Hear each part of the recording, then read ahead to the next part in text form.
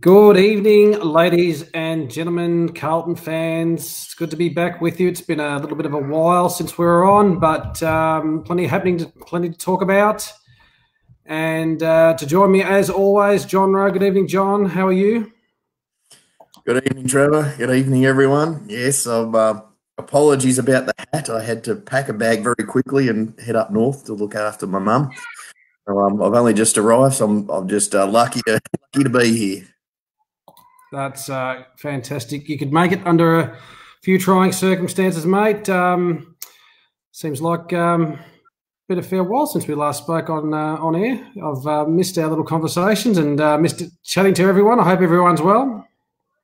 Yes, yeah, good evening, everyone. Some fantastic comments about the best 22s.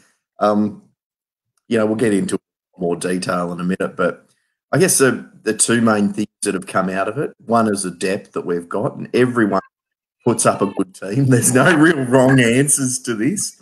But also noticed too that the back six is almost concrete now. Almost every team's the same. Only some people haven't put Marchie in because they don't think he'll be fit enough. So,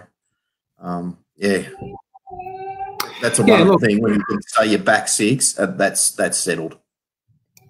Yeah, no. Tonight's show will certainly be about talking about our best 22.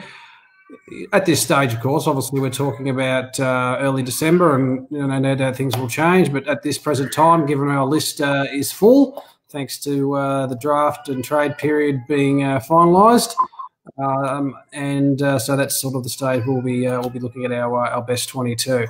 Let's say good evening to a few of our guests. Angelo Gravina, g'day Angelo, thanks for joining us. Clinton Bart McRae, love to see you as always. Kano, evening to you. Thank you very much for joining us. Debbie O'Connor, hello Debbie, thank you very much. And Debbie says, please don't propose a petition unless it's a petition to get John and I on the board. Then that's probably the only petition we'll be talking about. Oh, there'll be a few spots up for grabs the way things are going. Yeah, it could be a bit tumultuous down at Lygon Street or at Princess Park, but we'll have a chat about. So, Debbie, I won't propose one tonight, but I think Trev might propose after you said earlier on that you had Levi in all three lines in your best 22. Well, let's face it. Levi is primed for a big year. Now that Charlie's got a little bit of injury, not that there was any doubt he'd be in our best 22, but he's steadfast in there for sure. Put some coin on him. Probably for Brownlow, Coleman medalist. Well, he could be that big-bodied mid that we've been wanting to put alongside Cripper. That's Tony. Good evening, Tony. Thanks for joining us. Stephen Cardellini. G'day, Stephen. How are you? Thank you for joining us. Bodie Cart. Gentlemen. That's the first time we've been called gentlemen. Good to be tuning in. Can't wait for the show. Thank you very much. Jason Allen. Bodie, great to meet you. Great to meet you yesterday, Bodie, too, mate. Okay, fantastic. Did you give you giving out autographs again, John, at training? No, we had a great conversation. It's great to hear different people's journeys. I'd like Bodie to come on one night and talk about his journeys. I won't talk about his journey for him, but it was very entertaining story. He's from Geraldton, I believe, 4 hours from Perth. So, yeah, very interesting. A great conversation. Good to meet you, Bodie. Word is that the Eddie Betts autograph line was just slightly behind yours, mate. Is that true? Oh, that was going out the door.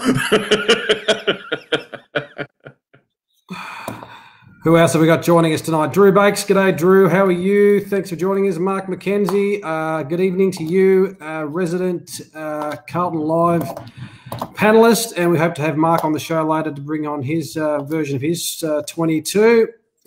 Tony Prowse. G'day from Queensland. Wish I was up there with you, mate. It's the third day of summer in here in Melbourne, and we've had the fire going the last 2 nights. So, Queensland's looking good. Yeah, don't say that to Queenslanders and New South Welshmen. They've had the fire going for the last couple of weeks. Yeah, that's probably a good point. It's a bit touchy out there. Trev Levine, g'day Trev. Thank you for tuning in. Peter Vlahos, who's making some derogatory comments about me earlier on the page. So I'll speak to you later, Pete. Gizem, next big day, Gez. Thank you for joining us on the show. Who else have we got? I think we've covered most people who we've. Hello, Rach. Rach is here. G'day, Rach. Thank you for tuning in. I need a date for Saturday night, Rach. Any chance? Debbie, maybe. I'm a bit of a boys' night out Saturday night. So if there's any ladies out there that want to accompany me to dinner Saturday night, let us know. Brett Oldham, g'day, Brett. You got absolute crickets. Oh, hang on, mate. My messenger and Twitter feed's just blowing up. Obviously, they want to keep on the lowdown. Brett Oldham, g'day, Brett. Thank you for tuning in. Fantastic for you to join us all the way from Mount Eliza. Even though you're a Cats fan, a very avid viewer to the show. Mac Champion, g'day, Mac. Best 22 is a tough gig as coach. Some tough conversations for sure. Oh, it was. We're a couple of days leading up to, and g'day, Mac.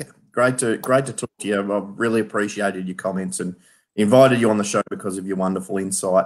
It's a shame you couldn't get there tonight, but we will do it in the future. But the days leading up to us revealing our best 22s, internally we had some very tough conversations. It's like, for me, I just feel so guilty about leaving out JSOS and Levi, but I sort of got to do it for the sort of team that I was proposing, to have speed and to have forward thinking. Mine's a little bit left field, my team, I think. But it's one that could really put some results on if we need to get on the outside of a team and destroy them. Yep. For sure. No, it's going to be a very interesting conversation. Always. You're still with us? Sorry. Yeah. It's going to be an interesting conversation. Everyone's got their favourites and their ins and outs. Maybe we will start off just by having a quick recap of our draftees and trade ins and outs from the footy club. Yeah, please. It's exciting. It really is exciting. And I want to preface this by saying I actually don't mind this as a strategy going forward now. I think, we've got the talent there. What we don't really need, unless there's a dying need for a position like there was for a small forward, there's really no need to bring in the big bucks now, in the people on big bucks. Now, I've been saying this for probably 3 years, but I think it's now more evident than ever. Keep the big bucks who we're bringing through the system and just keep bringing that talent through, that young talent through, that young energetic talent through, who's going to keep pushing us to become better. Well, that always has been a strategy, wasn't it? The club quite openly stated they were, they'd been to those drafts. We've got in some other talent now, and obviously the list where it is right now, and players such as DeLuca, who's missed out. We'll talk about him shortly. Is just I suppose underline that strategy of getting that young talent in now to underpin what we think is a pretty strong and hope is a pretty strong list where it is right now. Yeah, sorry if I'm breaking up, people. I'm out in the country, so I don't have as good as internet access as what I normally have. No problems. That just might make you sound a bit more intelligent if you break up a little bit. Did that come through okay? Prick, I'm leaving. And that's all for Carlton Live tonight. If you want to join us on the show, I'm looking for a new co-host. Just line up. Okay, let's talk about the new arrivals. We'll run through them while John is out getting another beer. We've got Brody Kemp, Sam Philp, Jack Martin, Josh Honey, Fraser Phillips, Jack Nunes, and who else have I missed? Sam Ramsey.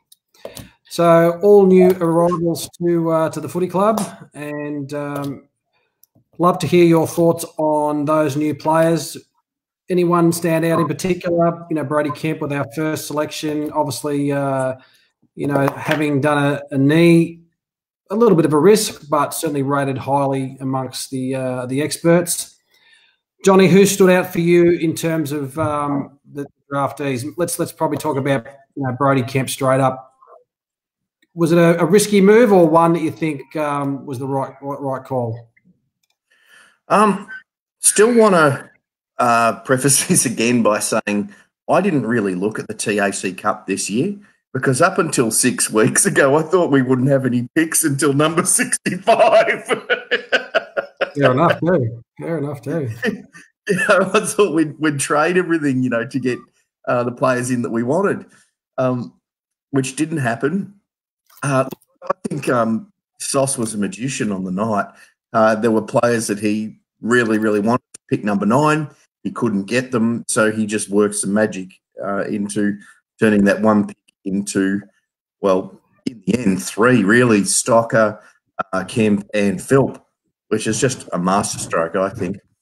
Kemp only went out of the top 10, I think, because he is injured.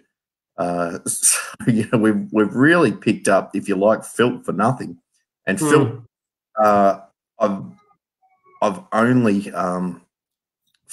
seen highlights of, and I've seen him at training, but he has the body to go round one.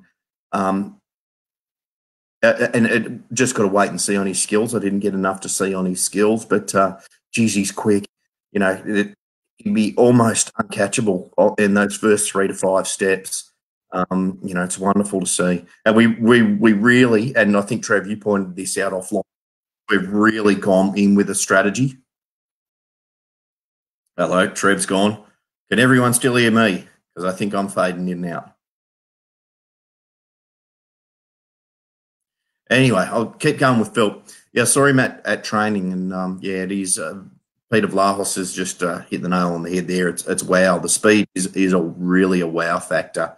But if he can deliver the ball, he's the best 22. There's no doubt about it.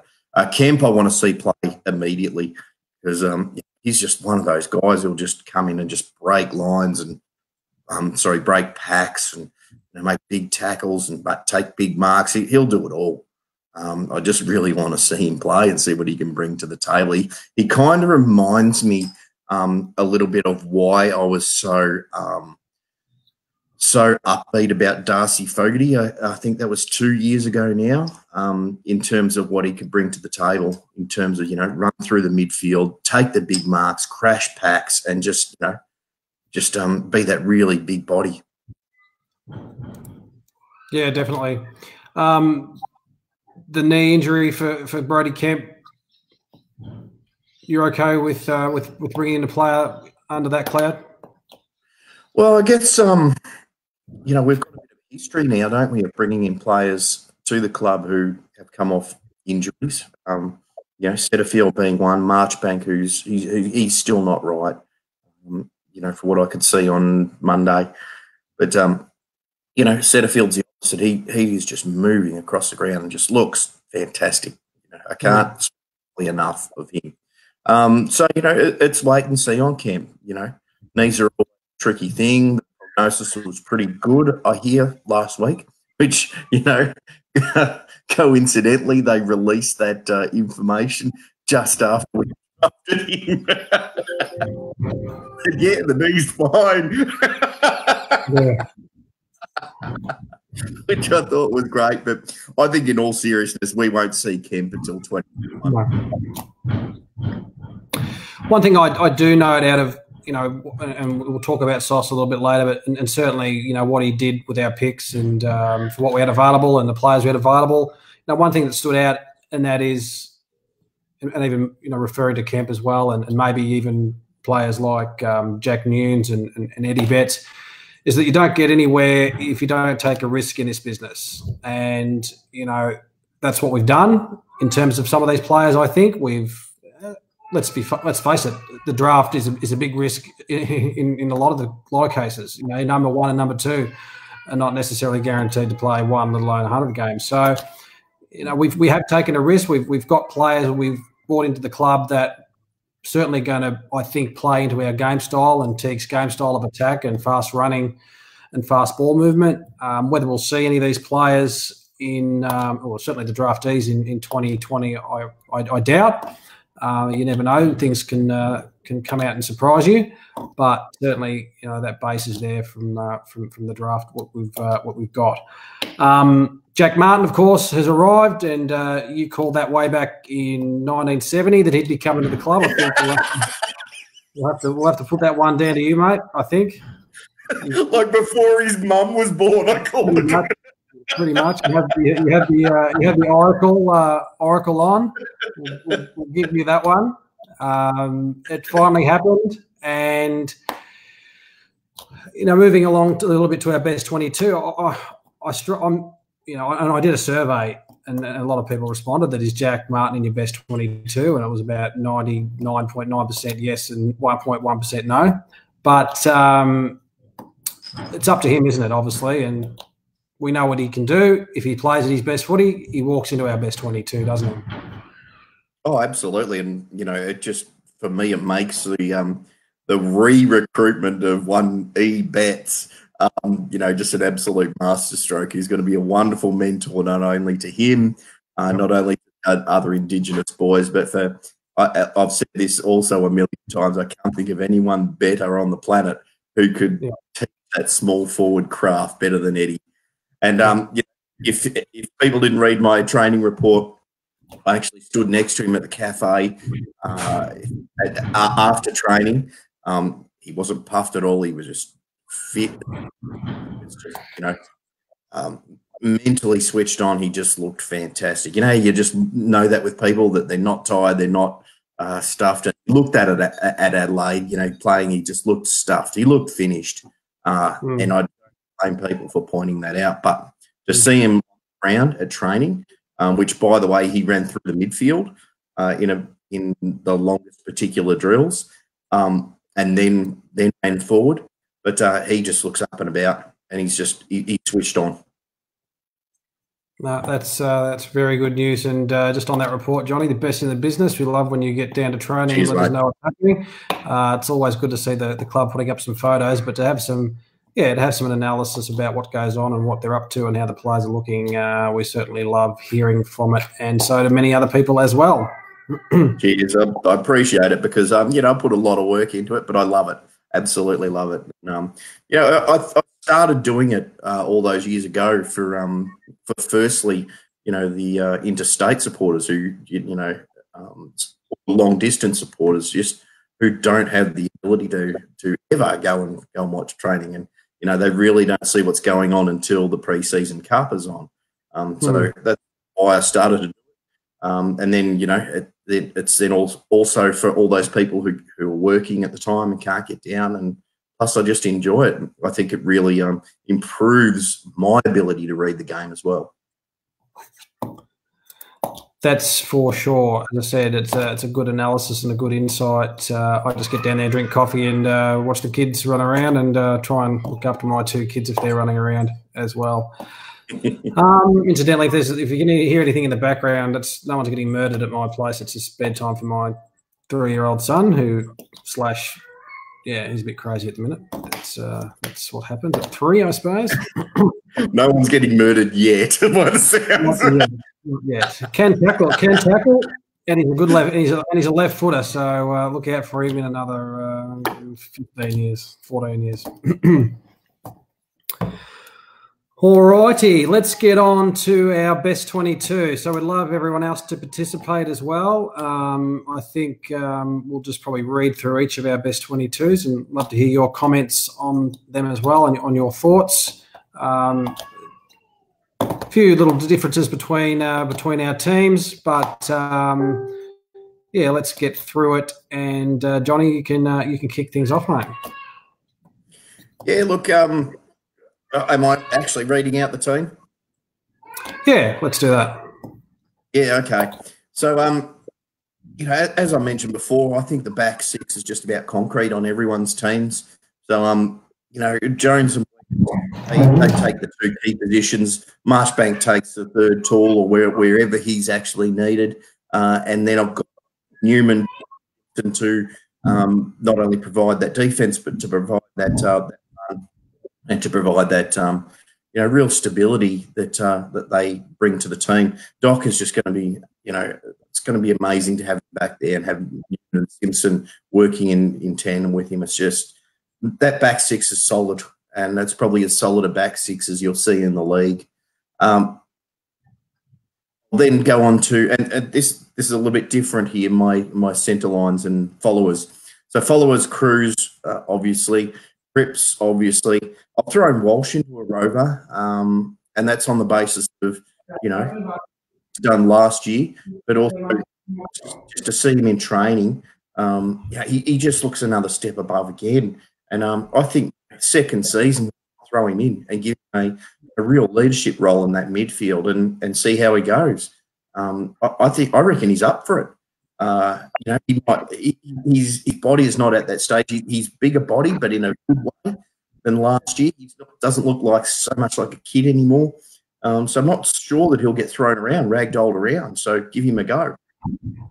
Then in the centre line, I've got Setterfield as a centreman. I don't think he's a wingman. I think he was put on wing to get fit, to get his knee right, to get confidence in his knee, and then his real bread and butter, his meat and two veg is right in the guts there, and we'll see the best of him in that particular position. Which, with Walsh and Setterfield right in the guts, left two wings for me, and which I've put SPS and Martin. Because of their decision-making, because of their speed, but also what we've lacked for a lot of years. We were getting better at it last year, but what we have lacked is that last kick in, that's absolutely pinpoint to make defenders' lives against us is absolute mayhem. So that's why I've got those two on the wings. And similarly, I've got Murphy and Cunningham in the forward flanks, pushing up to do exactly the same thing. Cunningham, I reckon, is going to, if he stays fit, he's going to be something else. Along with Setterfield, huge improvers those two guys are going to be. Cunningham showed it last year, I thought. We had a lot of wow moments with him. And Murphy, you can't leave him out of your team. Charlie at half forward, Mackay at full forward.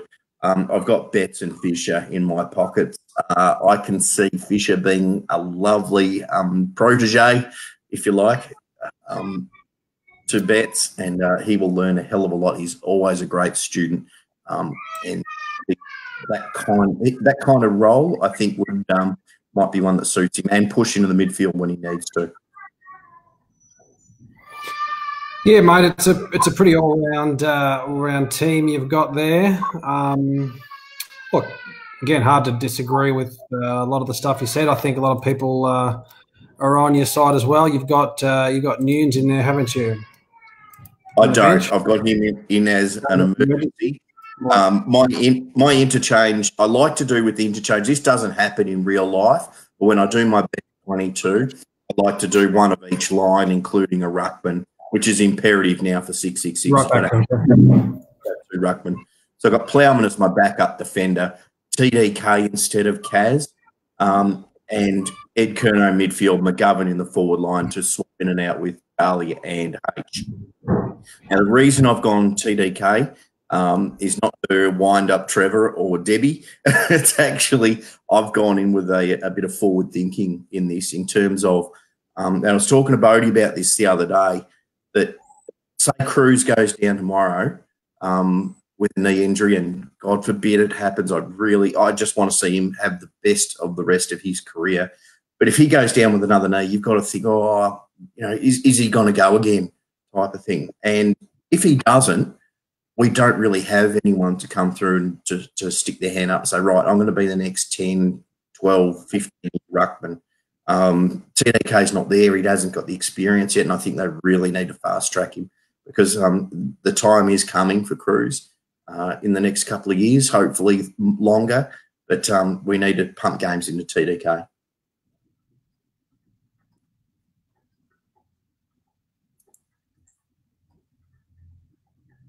Still just me? Okay.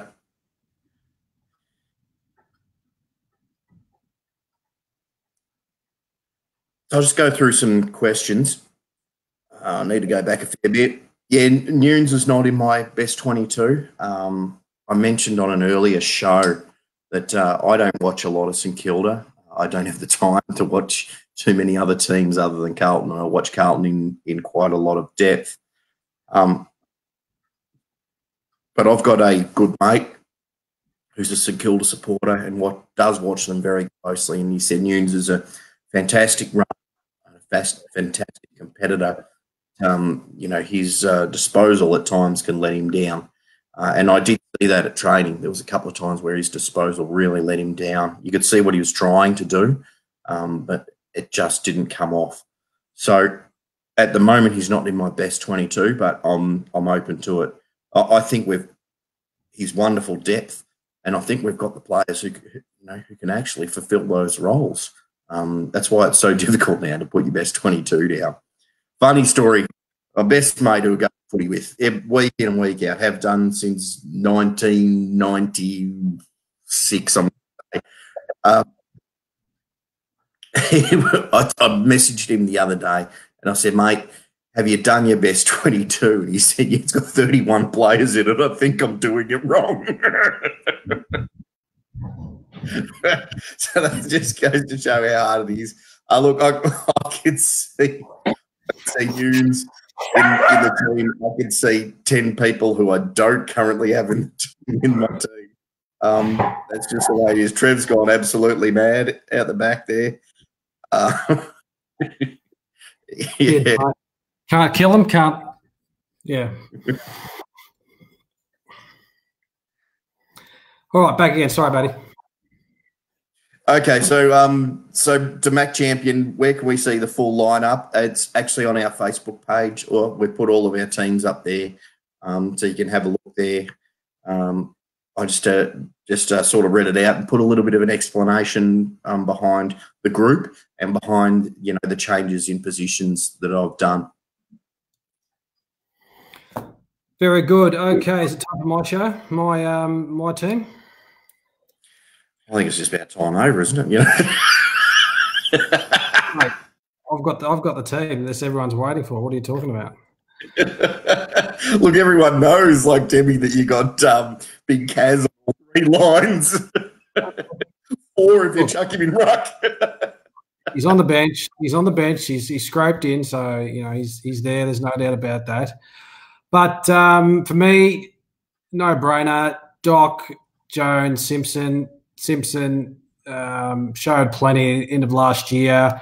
He's going to be, he'll have a spring in his step now, knowing what's going on and these new players coming into the club. He'll be giving, if this is his last year, he's not going to leave anything out there. We know that. So he's a walk-up start for me. And maybe also for 2021 as well. Marchbank. Simo's been on a 1-year contract for the last 10 years. Every year's his last and he plays like it. Probably another 100 years he'll probably go on for another 1-year contract. It's a 1 year with another option of a 1 year. That's how his contract works. Hasn't lost any pace too. So if you saw some of the highlights from his last year, definitely hasn't lost too much pace. Has young Simo. Who else have I got? What I like is, sorry mate, sorry to cut you off. What I still like is, what, a 300 and something games, what's he up to now? Doesn't matter.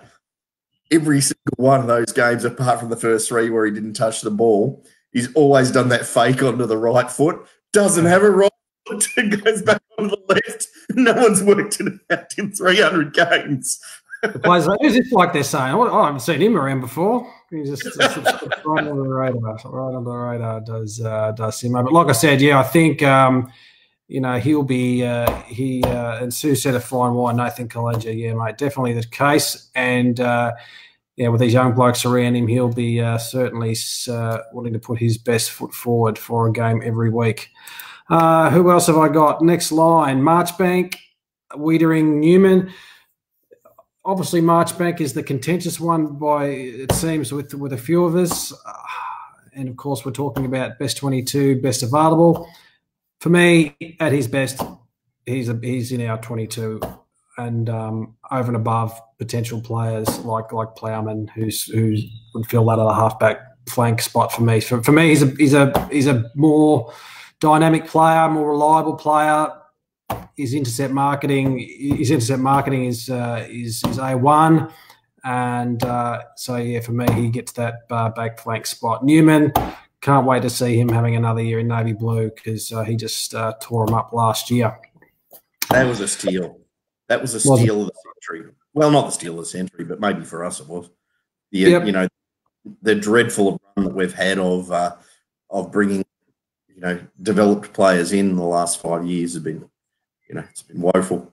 And I was disappointed to lose Tui to Geelong, but Newman's come in and he's younger. And he's easily the match of a Tui, and he, as we know, he can sneak forward and loves a goal as well.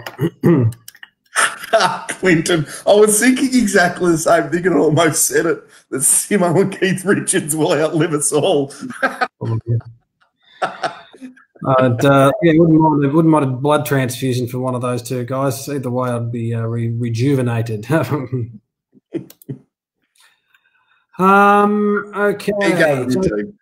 Let's read some comments. Jason Allen says, "Looks like there's going to be plenty of competition for spots, which is fantastic." 100%. That's an excellent point. On every line, just about, there's a player that could come in and it'd have an equal argument to say he could play that spot. So the competition is going to be red hot. That's for sure.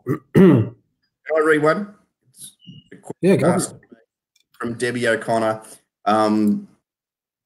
It's kind of, I can kind of make it out. Just what Diesel had posted today. Dow will be in the best 22. I think you left him out. I did leave him out, and there's a specific reason why I did leave him out. Because to be an AFL footballer, for him to succeed at AFL football, he has to consistently be able to deliver the football by foot. And he's not doing that consistently. As soon as he rectifies that part of the game, he's easily in the best 22. But at the moment, he's too erratic with kicking to be in a best 22, which is great sign for us that we've got now players who are saying, you know what, I'm here, push me out of the team. Deb's had a few wines by the look of that post, Deb, but really appreciate that. And I agree, happy to agree with you, Deb. Dow, for me, is in my best 22. I think his kicking not necessarily has got anything to do with his kicking ability, and incidentally, I'm sure he'll tighten that up over this preseason, especially working with Diesel. I think it's just his decision making that needs to be tidied up a bit. I think he just needs to maybe slow down a bit at that last point of kicking, and as he plays more games, I think he'll just gradually ease in. So I think his kicking is okay and something that'll be fine moving forward. It's his ball getting ability and his acceleration and his attack on the footy, which I love about Dowie. But we will see. I actually can't disagree with that. But I want to see it on a consistent basis for us to be finals team, top 4 team eventually, and premiers eventually. We can't have anyone who butchers the ball running forward.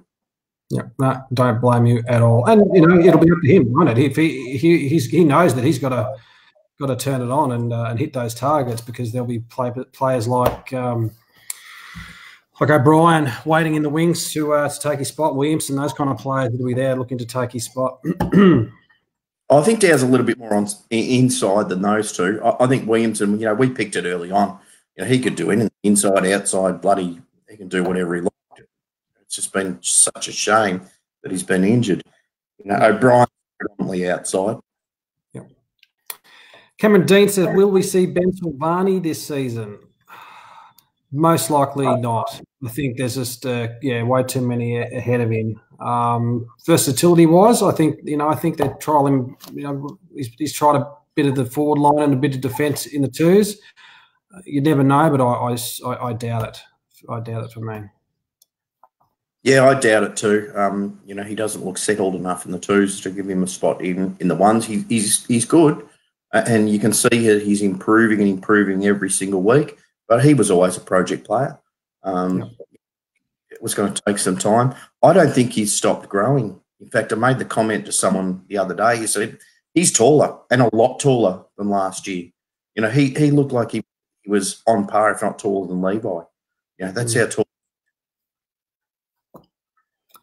And hell of a nice guy to boot as well. But yeah, project player and plenty of upside for him moving forward and as he develops.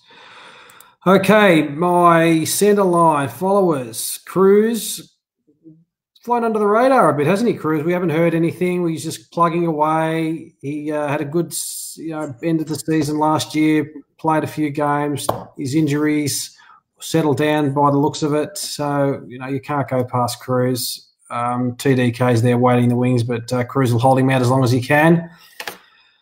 Walsh and Murph, the other followers for me. Murphy, I think, will thrive again with the full preseason and these other players around him to take some pressure off him. He won't be targeted. He won't be tagged. And we know what Murph can do when he sneaks forward as well. So I love to see Murph kick 25 goals as well, running around in the guts.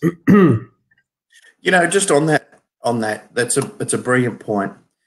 I'd love someone to step up this year, like a Kennedy or a Phil or whoever it is, to say, no, look, fellas, I've got this. You don't need to get in and do the hard stuff anymore. Go and play in the wing or go and play half forward. To him and Ed Curnow, and enjoy your footy. I've got this sorted. No, I don't want to see. I don't want to see Murph do that. He's got, his skill set lies in being able to deliver to those forwards that we've got. He'll hit targets. He won't miss targets. Dowie should have a look at him for his disposal. And yeah, like I said, moving forward to kick a few as well. Love this centre line, of course. We've got Cripper, Setterfield, and SPS. Setterfield for me, it could be up there in our top 4 or 5 players. Hopefully, the way he's progressing. SPS as well. It was a bit up and down last year, but certainly is in our best 22. And those guys controlling the wings with their bit of pace and some good skills will be great. I want to see SPS take the game on more. I want to see him do. I just want to see him, instead of just stopping and propping, looking for kicks, I just want to see him run and evade. That's, I think. I agree. I agree 100%. And I think in those first 11 weeks, he was all about, where do I kick the ball to, or where do I got to be positioned, rather than, Rono, let's just let loose. The only exception to that was the Doggies game, where he actually did do what we want him to do, take the game on, and he ran amok, absolutely ran amok, inside, outside, defence, attack. He did it all, and I want to see more of that, and I reckon we will. I think so. A few people are bringing up Kennedy, Bam Bam. One of those players, isn't he, that showed a bit last year, moved up forward and kicked some goals. His fitness wasn't there last year. At the start of last year, he was coming off a limited pre-season. Best 22, though, not for me, but certainly has got the ability to step in and take a role if unfortunately someone goes down for an injury. But you just can't put him in place of any other players based on what he's shown so far and what we know the other guys have done. So for me, Bam Bam's not in the best 22. Yeah, I'm the same. Caveat to that is watching him on Monday. I've never seen him look fitter. Andrew Russell's got him. He's obviously grabbed him and said, right, you need to not change your body shape, but you seriously need to look at the amount of body that you're actually carrying. You need to start getting, a little bit fitter. Don't worry so much about the big muscles around the legs, especially. More about how you're going to get through a game and a season without getting injured. That's what I saw. For sure. Again, another one that's there in the wings waiting, and it's up to him to see how he wants to attack his footy. Okay, JSOS, Charlie and McGovern on the half-forward line. Charlie's a no-brainer. We hope that he can overcome his injury. Incidentally, I've got stairs in my house, and I've had them for 4 years, and I haven't cracked my patella once. That's just a side note. That's just my conspiracy theorist coming out in me. The club has said that the operation went well and that they're expecting to make a full recovery. What defines a full recovery is a bit ambiguous in these cases because, you crack patella, there's different levels and different grades. Will it have some long-lasting effects? We don't know. But, really disappointing, of course, to see that happen to Charlie. But he's fit, he's young, and, you never know. He could surprise a few and maybe get back earlier than we expected. But right now, until we hear otherwise, he's in our best 22. I'll just put a hockey puck in there and get on with it. McGovern, there's another one we could do. McGovern seems to have learned his lesson. No Maccas, by the looks of it, in the off season for him. It's straight down to business for McGovern. He's lean, mean, jumping machine, we hope. And there's going to be players, like you said, Bam Bam's one of them. It's going to keep their eye on McGovern's spot. So, I'd like to see him. Yeah, I'd like to see him really fire because we know what kind of firepower he's got. JSOS, I don't think he was in your side, Johnny, but he's in mine just for the versatility factor, just for the hardness factor. I just think he's a really smart footballer to have down in the forward line, and I think we'll see big things from JSOS this year. That's my tip. Yeah, fair enough, and I can't disagree. I just can't fit him in. No problems. Okay, moving forward, we've got Eddie, Betts, Harry, and Martin on the full forward line, and what a forward line that is! Very scary. We've missed, as we already know, those small forwards getting to the feet of our big talls, getting to the follow the ball, getting out the back. We just haven't had them there. We've seen bit players. Cunningham's done a bit. Gibbons has done a bit, but nothing to the extent of a small forward we need to sit under these guys. But with Harry, the way he clunks them, he won't be giving away too many. But and Betts and Martin will have to work hard for their goals. But what a line that's going to be. Yeah, I disagree really heavily with Martin. I don't think he's a small forward. I think he's a very talented footballer, but not a small forward. He's going to come half forward or a wing position and that last kick in and go forward at times to kick a goal here and there. I don't see him as the quintessential small forward that Eddie Betts is. Yeah. No, I don't see him in the same category. I see him complementing Betts. I think that other than half forward, JSOS's spot, I had to put Martin in somewhere. That's where I stuck him. I think Martin will probably start up the ground if he takes that forward position, but he'll be there. We know that he'll be there in one of those spots, half forward for forward pocket region thereabouts. He's a starter, unless he's completely unfit or does an injury. He is a starter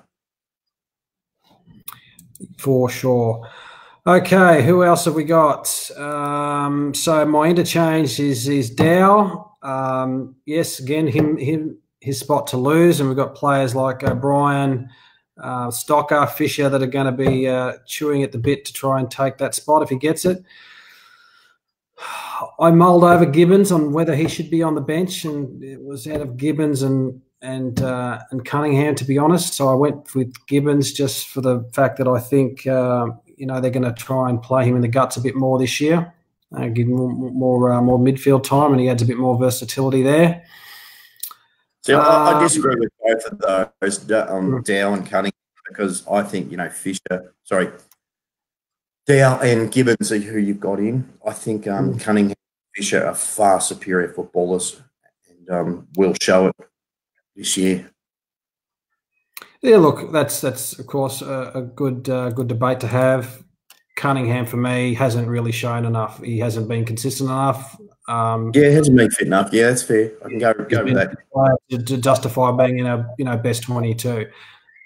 Definitely an argument to say a fit Cunningham and a consistent Cunningham is now best 22, but I just don't think he deserves that spot over play people like Dow and Gunn and Gibbons that have shown a lot more consistency than Cunners has. And it's bad luck, but hopefully he can get on the park. Signed a new contract, so the club's got plenty of confidence and see his potential. So I hope he does get in there. Right. Who else have I got? I've got Casbolt, of course, the Coleman/Brownlow medalist, can play anywhere. He'll just do what he wants. Really, he'll just float into the midfield, go up forward, go down the back to help the boys. He's the new Kudafides, really. Let's be honest, he can just play anywhere. Jesus, right, I'm gone again.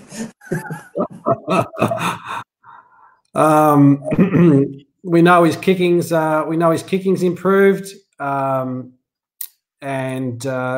with Charlie going down, I'd expect him to take a more forward role at the start of the year, and probably will take that spot at centre forward while Charlie is absent.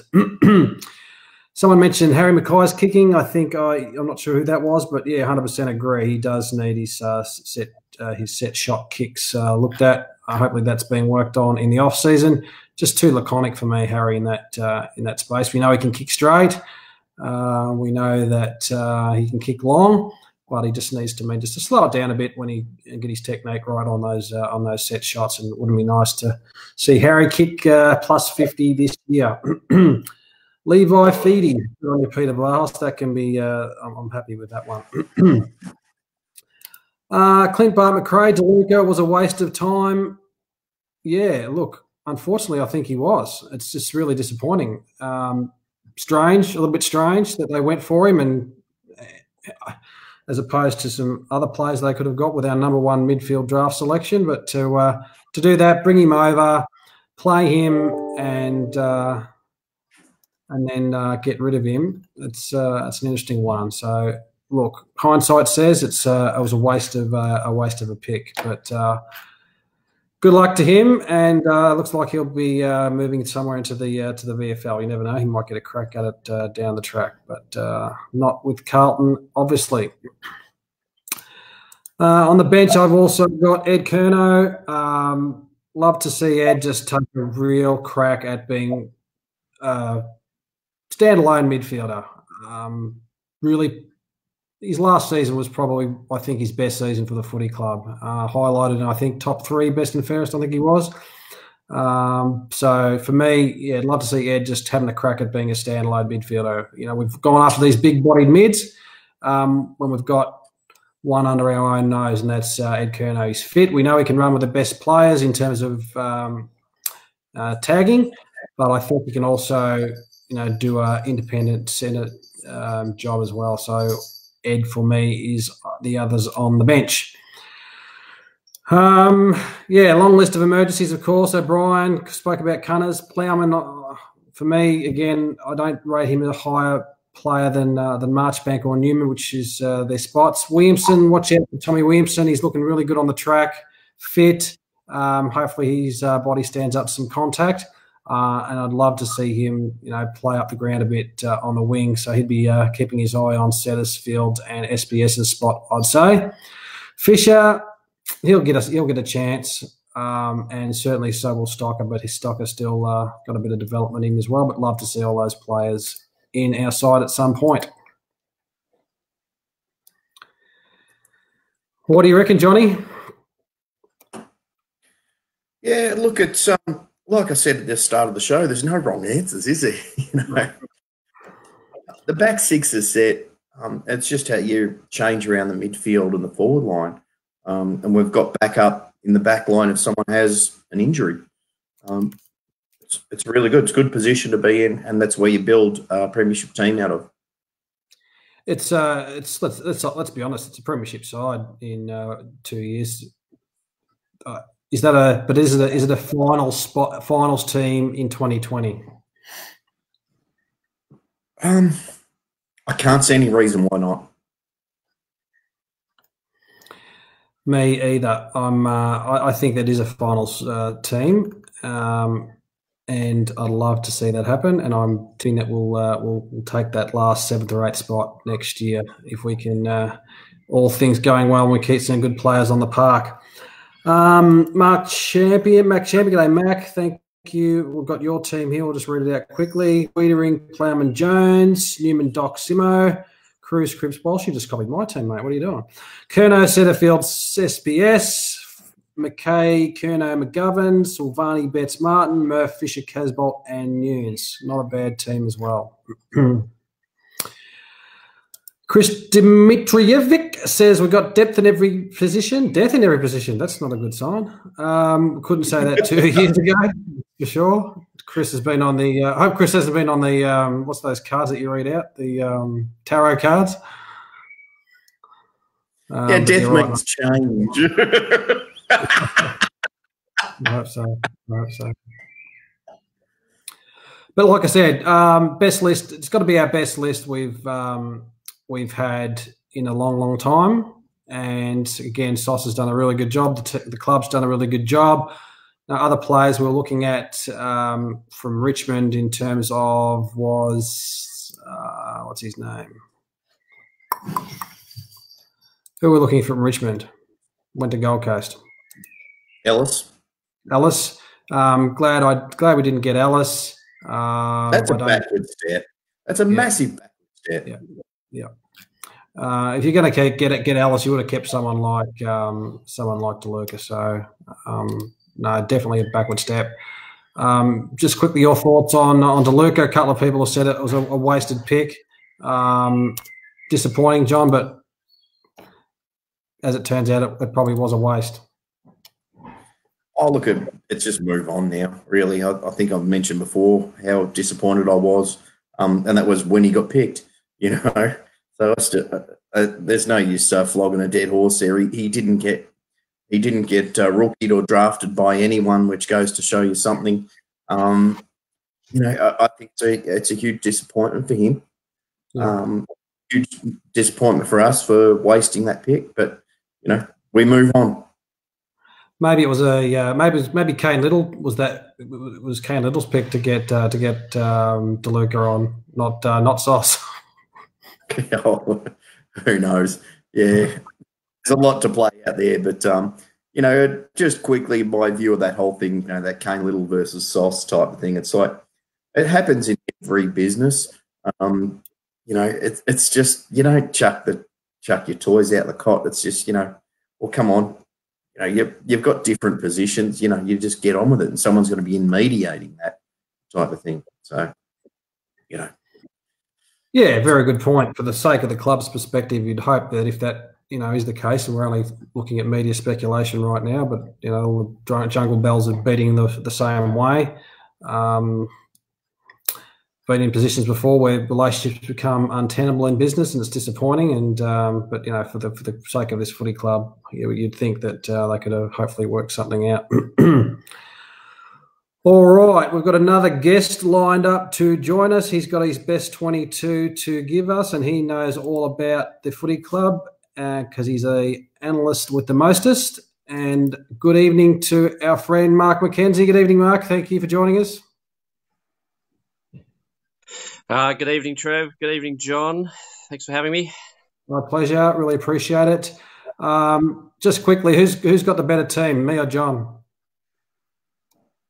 Oh well, time will tell.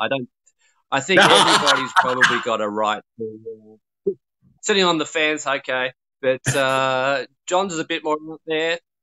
We'll see how it pans out. But there's just so many guys who can come in this year and take spots that I don't think anyone can say at this point in time they've got the best 22. Good answer, mate. No, I set you up there, but no, exactly right. There's no right or wrong answer. It's fantastic that we're having this discussion, and it's fantastic that's not an easy discussion. That's it, mate. So before we get on, Mark, question for you: have you ever thought of going into politics? I was sitting on the fence and said nothing. There is a story there that we can have over a beer off air, but let's not go there right now. Okay, cool. I look forward to it Saturday, mate. Just quickly, Mark, your thoughts overall on our draftees? Any names that just stood out for you as being a real good get, or did you think we missed out on one, or just quickly your assessment on that? I was pretty happy. I thought I'd looked at camp all along, like 6 months out, and then when we had pick 9 and he was slipping, I thought, gee, it'd be great to trade with the Cats and maybe get about pick 14 and pick him up there. And well done to Sauce picking him up at 17. I think that's probably going to be the steal of the 2019 draft.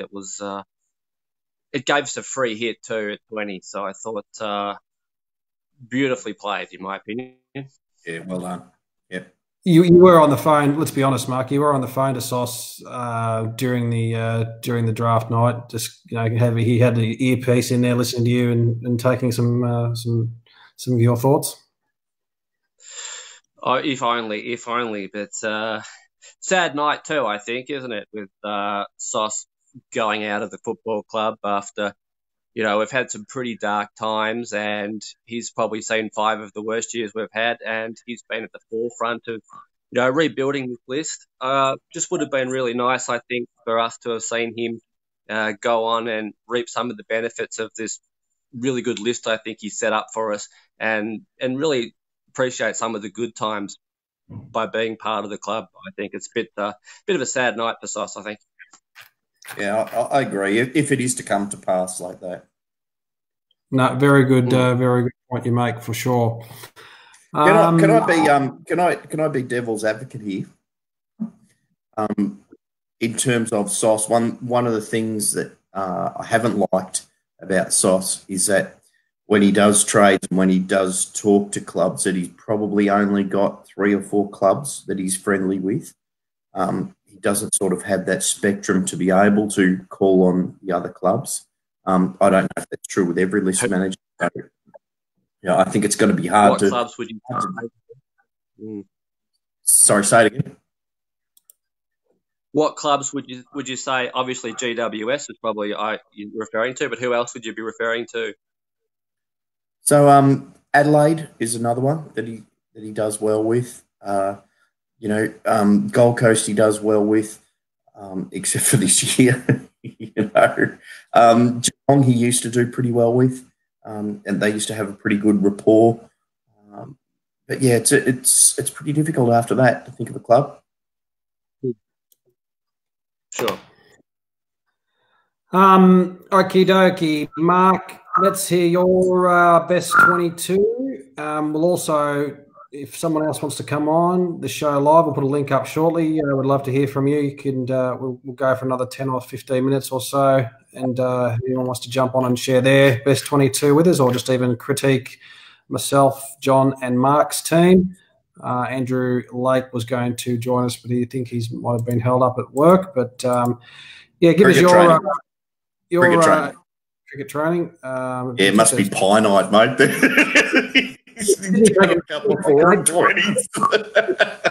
Last week, didn't he? Very good.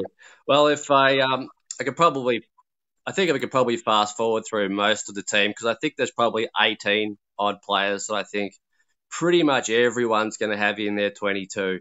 That might be just my opinion, but one of the players that I'm prepared to probably be shot down over leaving out would be Caleb Marchbank. I've got him as the first guy into the side. The only reason I have got him out is pretty much as what John pointed out before. He just hasn't had a really good run at it. And look, if he can get 100% fully fit and games under his belt, he's in the starting 18 for me. But right now, he's in my emergencies for that particular reason. And he's the sort of player who needs a run of games. He's not like a Mark Murphy who could be out for 6 weeks, come straight back in and perform really well. He does need a bank of games under his belt. Let's hope he gets a bank of games in March. Well, if he can get through, from what I've heard, and also you confirmed it tonight, I didn't particularly hear that he was moving particularly well at this stage of the year already. But look, if he can get 100% fully fit, play all the preseason games, I'm happy to throw him in halfback, because intercepts cross half back. He's a bit of a genius. He plays tall. He plays a bit small, so he's in for sure. But I'd just like to see him get that run at it first. You know what? Given that you've explained that, I'm happy to concede that and probably put him out of my team. In the same way that I had Kennedy in my team last year, it's probably putting people in on what they should be able to do, not what they're able to do. Because the one that's coming out pretty much for most people who I've got in is Lockie Plowman. And look, I'd been critical of Plowman early last year. Sometimes he goes inside, turns it over, but credit where credit's due. His back end of the season was as good as anybody's. And look, he finished third in the best and fairest. So look, that's obviously been rewarded by the coaching crew. So I thought he was a really underrated player, and I'd been critical of him. So I can't see Lockie coming out. And how tall do you really want to go in defence? That's probably the other thing. Jones, Wiedering, you're going to have Curnow, McGovern's pretty tall, Castlebolt's tall, Cruiser's tall, and then you're going to throw Marchbank in as well. Are we going to deprive ourselves of a little bit of run? I'm not really sure, but it's some challenges there for the selection committee. Mark, I think once it comes down to, putting names down on a piece of paper for round one versus Richmond, I think that our coach will say, all right, Lockie Plowman, you're first, because he loves him, absolutely loves him because of the roles that he played. He played a ton of different roles for the coach and did them all to perfection. So I think he'll be first again on the paper. I couldn't agree more. Like, he may not be popular with the fans, but when you analyse the role that he's doing, he's doing it most weeks. Yeah, I think same with Harry is he comes across as too laconic, but really when push comes to shove is, just an ultimate competitor. And then his way of dealing with the stress of the industry that he's in is to laugh and, have a joke and, be a little bit silly. And I think he gets judged on that a bit. Absolutely. The other one I've got as a definite in is Levy, of course, because McKay is just he's not really ready for that pinch hitting second ruck role, is he? And Cruiser's not going to ruck all day, and I don't see anyone else being able to ruck other than Castlebolt, myself. And we've been down that track of playing, the two ruckmen, and we're obviously not probably going to do that again. So I think he needs to be in every week as well. Genius. Couldn't have said it better myself. So thoughts on TDK and fast-tracking him?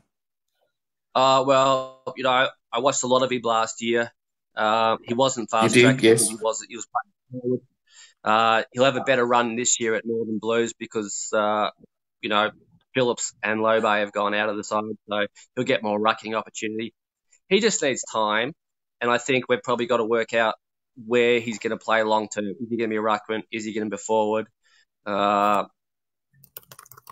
He can probably do both. He's probably better off to specialise in one of them. But I don't think he's ready to go just yet. I'll be looking at next year, personally. Okay. Yeah, which would be why we've got Pitney in. So the other one I got in is Dow. It's probably the only thing that I disagreed with you all night there, John, maybe is, and we all get stuck in the doubt. I don't think it's that bad. What he does that classic thing where maybe he looks fantastic on out of the centre and he'll miss that obvious target that we all kind of pull our hair out and go, oh my God, that was a lost opportunity. But statistically, he's going at the same efficiency as like Cripps and Welsh and all these guys. I don't think his kicking's that bad. And also given the fact that where he's getting the ball in a lot of heat. So his disposal efficiency is going to be copping it as much as anyone, but it's not bad. It's almost, I think it's like 67, 68%. That's the same as Cripps, the same as Walsh. It's better than Walsh's. So is that kicking efficiency or disposal efficiency? Disposal efficiency. But he goes by foot most of the time. So there's an argument to hire. Going by hand, you should be a little bit more efficient than going by foot, in my opinion. And look, his first year was a standout, and then we said, we're going to take you out of what you do best and give you this new role, which he did this year, which was more playing half forward. I think if we push him back more into his original role, he might even shine a little bit better. He needs to go into the centre square at times, and he needs to give Ed, he needs to give Murph, these sort of guys a chop out. That's what I think he needs to do, because that's where we can utilise his speed out of the centre. Very good points. I know you had Ed in the guts, mate. I mentioned before I'd like to see Ed play a more independent midfield role. You know, he's got that big body, he's got the tank. Let's see what he can do with that tagging role. Well, he does both, I think, because he can go into the middle, he can tag, and he runs with, and he gets his own ball better than anyone else at the club, does it? I think he can shut down a player and still perform a role. And I think John touched on it, but Setterfield will be the guy who will step into that role. But I'd give him another 12 months, Setterfield, before he completely takes over from Ed. But no one does it better than Ed, in my opinion. And just one more, give us your thoughts on Gibbons and Nunes. From Nunes, from what I've seen, exactly what John said at training there, misses targets. I've seen him miss quite a few targets. Look, I haven't seen enough of him to really make that observation, I guess. But from what I have seen of him, he's just if you're going to be breaking off half-back, Newman's been pretty efficient, and he's probably the type of position that I think he'd take. So if you looked at our half-backs, ideally it's going to be Newman, Doherty, Simpson. They're pretty clean by foot. Nunes just isn't that player, in my opinion. He goes hard. He does carry it a little bit. I think he's a brilliant depth player. If none of those players come up, but I can't see him playing most weeks. Great points, Mark. It's fantastic to have you on board. Always adding some essential, knowledgeable information to the conversation. Let's just hear from some of our guests on the debate. Max Champion says, do we start the season with Murph and Ed on the ball like the end of season and push the kids back? Or do we get in there and throw them in the deep end? Round one's Richmond. Sorry, Mark, go on. I'd be throwing them straight in the deep end. We want to get off to as much of a flyer this year as we can. Let's roll with the best that we've got. Interestingly, I did happen to run into T about 3 weeks ago and had a 5-minute chat. And surprisingly, he said that he's setting the bar for himself and the club really high this year. And he was saying to me that not making the finals this year will be a fail. And I was quite surprised out that he might hang his head out on the line on that one. That's a pretty big call to kind of make. But he's backing the boys in. He's super keen. He thinks they're going to make finals. And that's where it's at. And I think if you're going to do that, you're going to put all your best guys in. Murphy's going to play a lot of football in the middle. Kerner's going to play a lot of football in the middle. And we're going to try and win every game this year as best we can, I think. And that's what's going to stack up at the end of the day, winning games for us next year. So I posed a point when he was... Sorry, 1 second, Mark. I missed the person you were talking about who you ran into. David Teague. Okay. Wow, that's a big call for him to say that. That's really brave of him. Good on him. Sorry, Johnny. So I want to put it down.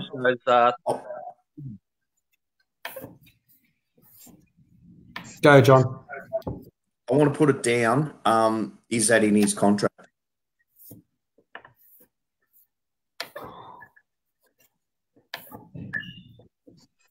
I wouldn't have thought so. I wouldn't think so. Both of you went. I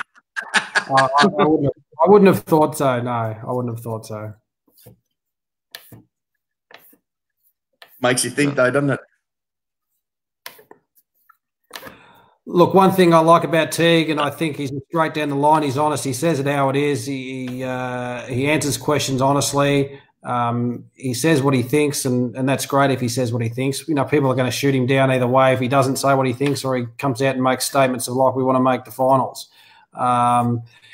He talks the talk and he walks the walk, and he's openly got a plan and a game plan that is attacking and wants to win games of footy. So it's going to be highly entertaining watching our team play either way, and we're going to kick some big scores. We might have some losses, but we're going to play a real exciting brand of footy, which is high risk, high reward, I'd say.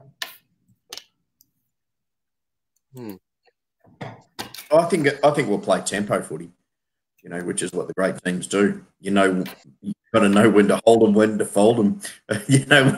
We're playing Rogers footy.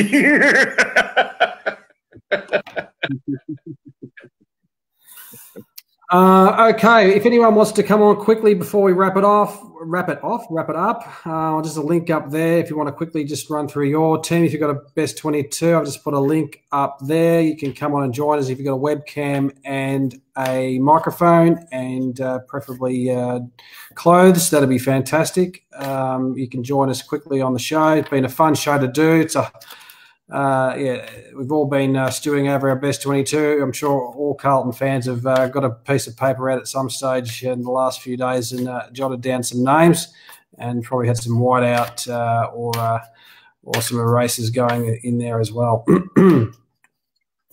Yeah, I say do it because it's just such a wonderful experience to do it this year because it's so hard and you sort of think, oh, wow, I've got some depth in here. And it's there's, like I said at the start of the show, there's no wrong answers this year. Yeah. Trevor, your team, anyone can make a case for your team. Mark, anyone can make a case for your team. Anyone can make a case for my team. That's the beauty of it, and they're three completely different teams. And look, it's going to change, 1,000 times between now and round one. We're going to have those preseason games. We're going to have maybe a few niggling injuries under our belt. And there's going to be a player that's going to come out and find some form that you can't deny a pick for round one.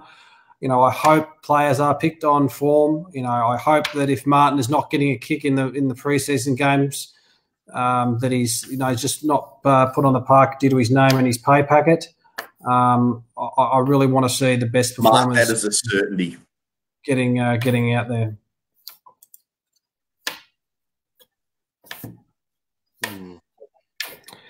Okay, no one wants to come out live. A couple of more things that we've got. We'll hear from our valued guest, Cameron Thorne. Will you be organising a Carlton meet up for round one? Johnny, you're putting on a corporate box for the Carlton live team round one. Is that correct? Yes, we will be out on the wing, actually, in North Sunshine Oval. So get there if you can, and we might chuck on a transistor radio. We'll probably also, it would be fun to do a little bit of a competition leading up to round one about who's our starting 22 and everyone's got all the information under their belt. So we'll keep an eye out for that. When it comes down to it as well. Yeah. Who else have we got to hear from? Max says, how will Sauce departure impact Jason's being a number 3 Suns games in the future? I don't think it will impact them at all. I think they'll make their names for themselves if they're good enough or not good enough. Jay Sauce has have had the pressure on him and has coped quite well, I think. So I don't think that him leaving will have any impact on them. Yeah, look, I think that as long as it's open and honest, if we're going to keep or get rid of these guys, they've got to hit some KPIs. I'd say the same thing, but at the moment it looks a bit dodgy because there's no father sons apart from the Silver Monkeys in there at the moment. So we've got to see some accountability on that, I think, and also The worst one, which made me question everything, was getting Ben's best mate in Finbar Dwyer, who no one ever heard of, which sort of I think that really really muddied the waters. Yeah, it was an interesting selection for sure. All right, ladies and gentlemen, I think that's enough for this evening. Johnny's had a few internet issues up in the bush. I've had a crazy 3-year-old who won't go to bed, and Mark is just his usual insightful, genius self, adding some fantastic value to the show. It's been a great conversation, everyone. Thank you for tuning in. Really appreciate it. It's been a few weeks since we've been on, and it's great to be back on having a chat to everyone. It's 105 days to round one, I think, is it? Something like that? 110? Yeah, too long. Either one, too long. I'll have to get in one of those sleep pods, hibernation pods, and preferably wake up with Jennifer Lawrence, but either set it to wake up in about 100 days for ready for round one. Good night, all. Thank you for tuning in. Oh well, they are worth it. Thanks, Mark. Thanks, John. Thanks to everyone. Really appreciate you joining in. I'm sorry if we didn't get to your comments or questions, but we'll be back on very, very soon. Check us out on Twitter. Check us out on Instagram. Check us out in Playboy. No, we're not in Playboy. Thanks again, ladies and gentlemen, and have a good night. Go Blues. And give us a share on social media. Give us a share, give us a shout out, give us a like, give us a follow. All part of the family. Thank you. Good idea, Johnny. Good night. Yeah. Good night, all.